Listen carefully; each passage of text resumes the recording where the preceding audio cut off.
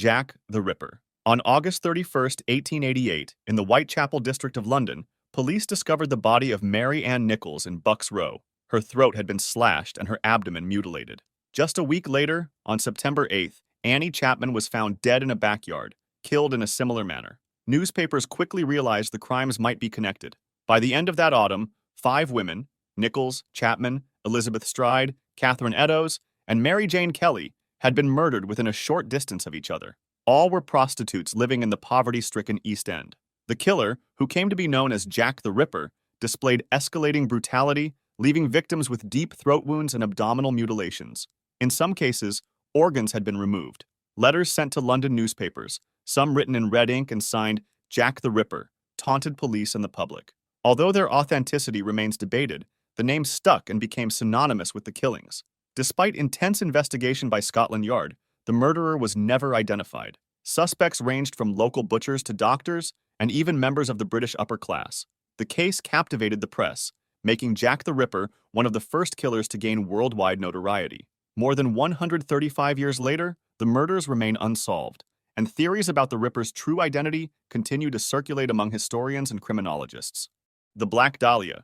On January 15, 1947, the body of 22-year-old Elizabeth Short was discovered in a vacant lot in Los Angeles. A mother walking with her child noticed what she thought was a discarded mannequin. On closer inspection, it was a corpse, severed cleanly at the waist. Short's body had been carefully posed. Her face was slashed from the corners of her mouth toward her ears, creating what became known as a Glasgow smile. The corpse was drained of blood, scrubbed, and left naked on the ground. Police officers and reporters arriving at the scene were horrified by the brutality. Elizabeth Short was an aspiring actress who had moved from Massachusetts to California in hopes of finding work in Hollywood. Her striking looks and dark hair led the press to nickname her the Black Dahlia, referencing the movie The Blue Dahlia that had recently been released. The investigation became one of the largest in Los Angeles history. Hundreds of suspects were questioned, and dozens of false confessions were received. Several individuals, including doctors and men from Short's social circle, emerged as possible suspects, but none could be definitively linked to the crime. Media coverage sensationalized the case, blending fact and rumor, and the murder quickly entered popular culture. Films, books, and television shows have revisited the story for decades. The Zodiac Killer. On December 20th, 1968, high school students Betty Lou Jensen and David Faraday were shot while parked on Lake Herman Road near Vallejo, California. 7 months later, another couple, Darlene Farron and Michael Mageau, were attacked in a parked car. Mageau survived and described the shooter as a stocky man with glasses. In August 1969, 3 letters arrived at newspapers in San Francisco. Each claimed responsibility for the murders and contained 1/3 of a coded message. The writer demanded the ciphers be published and signed the letters with a circle and cross symbol. Soon after, he began calling himself the Zodiac. Over the next several years, the Zodiac claimed responsibility for multiple murders in Northern California. Some victims, such as cab driver Paul Stein, were confirmed. Others remained disputed.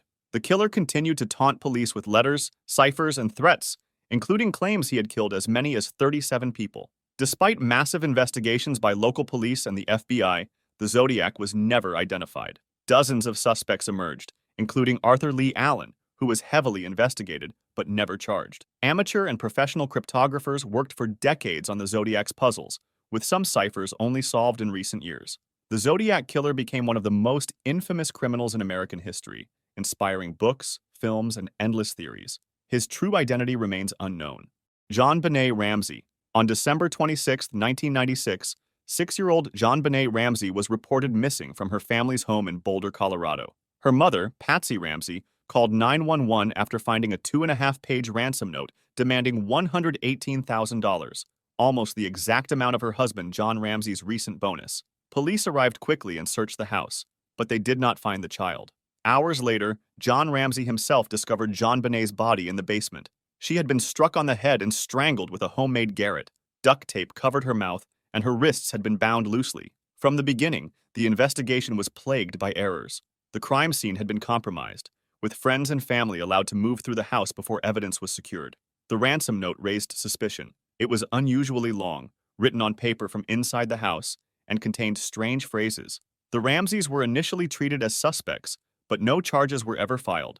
Intruder theories also emerged, suggesting someone entered the house during the night. but police never confirmed such a scenario. Media coverage turned the case into a national obsession. Images of JonBenét in child beauty pageants dominated headlines, fueling speculation and controversy. Decades later, DNA testing has provided clues but no definitive answers. The murder of JonBenét Ramsey remains one of the most infamous unsolved cases in the United States. The Tylenol Murders. On September 29, 1982, 12-year-old Mary Kellerman of Elk Grove Village, Illinois, took a capsule of extra-strength Tylenol for a sore throat. Hours later, she collapsed and died. That same morning, Adam Janis of Arlington Heights also died suddenly after taking Tylenol.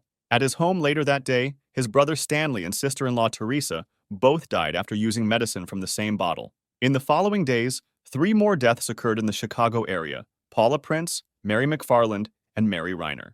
Investigators discovered that each victim had ingested Tylenol capsules laced with potassium cyanide. The killer had apparently purchased bottles from local stores, tampered with the capsules, and returned them to the shelves. The discovery triggered nationwide panic. Johnson & Johnson, the manufacturer, issued an immediate recall of 31 million bottles of Tylenol, costing the company over $100 million. Safety seals and tamper-evident packaging, now standard worldwide, were introduced as a direct result. Despite intensive investigation, including hundreds of tips and interrogations, the person responsible was never identified. James W. Lewis was convicted of extortion after sending a letter demanding money to stop the killings, but he was never charged with the murders themselves. The Tylenol murders remain unsolved and stand as one of the most notorious product tampering cases in history. Jill Dando. On April 26, 1999, Jill Dando, one of Britain's best-known television presenters, was shot outside her home in Fulham, London. At around 11:30 a.m., she returned from running errands. As she approached her front door, a man pressed a handgun to her head and fired a single shot. Neighbors found her minutes later, and she was pronounced dead at the hospital. The killing shocked the nation. Dando was a household name, known for presenting the BBC program Crime Watch. Her death triggered one of the largest murder investigations in British history, with hundreds of detectives assigned to the case. In 2000, police arrested Barry George, a local man with a history of stalking women. He was convicted in 2001, but his conviction was overturned in 2008 after DNA evidence was deemed inconclusive. George was acquitted in a retrial, leaving the case officially unsolved. Theories abounded: a contract killing, revenge by a criminal she had exposed on television, or even political motives linked to her charity work with refugees. None were proven. Despite decades of investigation and media coverage, no one has been held responsible for Jill Dando's murder. It remains one of the UK's most infamous unsolved crimes, a case where a high-profile target was killed in broad daylight without leaving a traceable suspect. The Hinterkaifeck Murders. On March 31, 1922, 6 members of the Gruber family were killed on their remote farmstead in Hinterkaifeck, about 70 kilometers north of Munich, Germany. Andreas Gruber, his wife Cecilia, their widowed daughter Victoria, her 2 children, and the family maid were all found brutally murdered with a mattock, a type of farming tool. Days earlier, Andreas had told neighbors he had discovered strange footprints in the snow, leading from the forest to the farmhouse, but none leaving. He also reported hearing footsteps in the attic and finding a newspaper on the property that no one in the household had purchased. The family dismissed these incidents, but they would later gain eerie significance. Investigators concluded that the killer lured family members one by one into the barn, where they were slaughtered. The maid and young boy were killed inside the house. Despite the savagery, the murderer stayed at the farm for several days, tending to livestock and eating meals from the kitchen before disappearing. The case baffled police. Numerous suspects, including neighbors and former suitors of Victoria, were investigated, but no one was charged. Evidence deteriorated over time, and crucial files went missing during World War II. The Hinterkaifeck murders remain one of Germany's most chilling unsolved crimes, still debated by historians and true crime enthusiasts a century later. The Villisca Axe Murders. On June 10, 1912, the quiet town of Villisca, Iowa, awoke to a shocking crime. In the home of Josiah and Sarah Moore, 8 people were found murdered. Josiah, Sarah, their 4 children, and 2 visiting girls from the Stillinger family had all been killed with an axe during the night. The victims were discovered the next morning by a neighbor after the family failed to appear for daily chores. Inside the house, the scene was horrifying. All occupants had been beaten as they slept. Curtains were drawn, mirrors covered with cloth, and pieces of clothing draped over the victims' faces. The axe, belonging to Josiah Moore, was left leaning against a bedroom wall. investigators determined the killer likely waited inside the attic before striking after midnight. Despite interviewing dozens of suspects, including a traveling preacher named George Kelly and State Senator Frank Jones, no one was ever convicted. Trials were held, but juries failed to reach verdicts. The brutality of the crime and lack of resolution gripped Iowa, and soon the entire nation. Over a century later, the Villisca Axe Murders remain unsolved, with theories ranging from local feuds to transient killers riding the railroads. Today, the Morehouse is preserved as a museum and attracts paranormal investigators and tourists, cementing its place in American true crime history. The Setagaya Family. On December 30th, 2000, in the quiet suburb of Setagaya in Tokyo, Japan, the Miyazawa family was brutally killed in their home. Mikio Miyazawa, his wife Yasuko, and their two children, 8-year-old Niina and 6-year-old Rei, were discovered dead the following morning by Yasuko's mother, who lived next door. Investigators determined Mikio had been stabbed multiple times at the base of the staircase. Yasuko and Niina were killed upstairs, while Rei was strangled in his bedroom. The attacker then remained inside the house for several hours. Evidence showed the killer ate ice cream from the refrigerator, used the family computer, and even took a nap on the sofa before leaving. Police recovered significant forensic evidence, including fingerprints, DNA, and clothing left behind by the suspect. The DNA suggested the killer was male, with mixed East Asian heritage. However, despite following thousands of leads and interviewing countless people, Japanese authorities never identified him. The case shocked Japan not only for its brutality, but also for the sheer amount of evidence seemingly pointing to the murderer. Yet after more than 2 decades, the identity of the Setagaya killer remains unknown.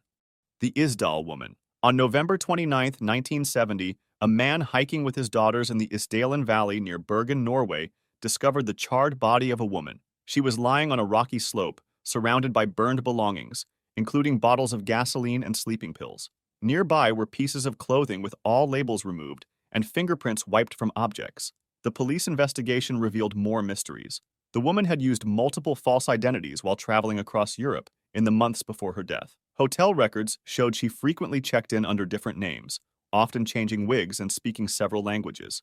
Witnesses remembered her as stylish but secretive. An autopsy indicated she had consumed a large amount of sleeping pills before the fire, but bruises suggested she might not have been alone. The official cause of death was listed as a combination of poisoning and burns. Whether it was suicide, accident, or murder remains disputed. Despite international cooperation, her identity was never confirmed. Some investigators suspected she could have been a spy during the Cold War, citing her odd behavior and the timing of NATO military activity in the region. The case of the Isdal Woman remains one of Norway's most enduring mysteries, fueling decades of speculation and investigation, but no answers. If you enjoyed this video, subscribe for similar ones and feel free to drop suggestions for the next video in the comments.